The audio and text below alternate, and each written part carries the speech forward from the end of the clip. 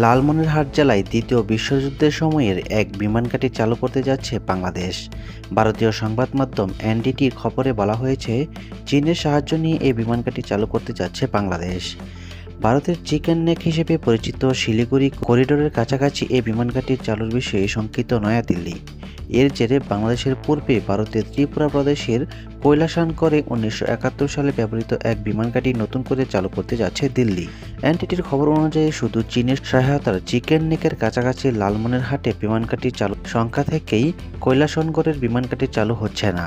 একই সঙ্গে 1971 সালে বাংলাদেশের স্বাধীনতা যুদ্ধে ভারতের অবদানকে এবং গত বছরের 5 আগস্ট হাসিনা সরকারের পতনের পূর্ব পর্যন্ত ঢাকা দিল্লি সম্পর্ককে স্মরণ করিয়ে দেওয়ার উদ্দেশ্যে বিমান ঘাঁটি চালু করা হচ্ছে।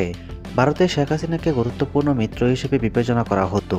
এর বিপরীতে ছাত্র জনতার আন্দোলনের জেরে ডক্টর মোহাম্মদ ইউনূসের নেতৃত্বের অন্তর্বর্তী সরকারের সঙ্গে শীতল সম্পর্ক চলছে ভারতের।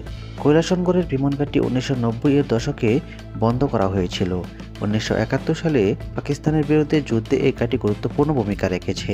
পাকিস্তানি বাহিনীর বিরুদ্ধে পরিচালিত কিল ফ্লাইট কোডনেমের বিমান অভিযান এই বিমান ঘাঁটি থেকে চালানো হয়। 1971 সালের ডিসেম্বরে কানাডার তৈরি একটি DHC-3 ওটার প্লেন ও ফ্রান্সের তৈরি একটি এলো-2 হেলিকপ্টার নিয়ে নবগঠিত বাংলাদেশ বিমান বাহিনীর সদস্যরা ভারতীয় কর্মকর্তাদের তত্ত্বাবধানে ঢাকায় বিমান হামলা চালায়।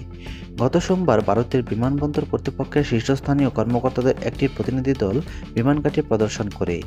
সাংবাদিকদের তারা জানান, রাজ্য সরকারের সঙ্গে আলোচনা করে পরবর্তী পরিকল্পনা করা হবে।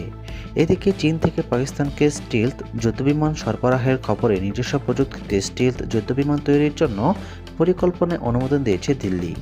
গতকাল মঙ্গলবার ভারতীয় প্রতিরক্ষা মন্ত্রী জগন্নাথ সিং এই পরিকল্পনার অনুমোদন দেন। রাষ্ট্রীয় এরোনটিক্যাল ডেভেলপমেন্ট এজেন্সির পক্ষ থেকে জানানো হয়, পঞ্চম প্রজন্মের এই বিমানগুলো টুইন ইঞ্জিনের হবে।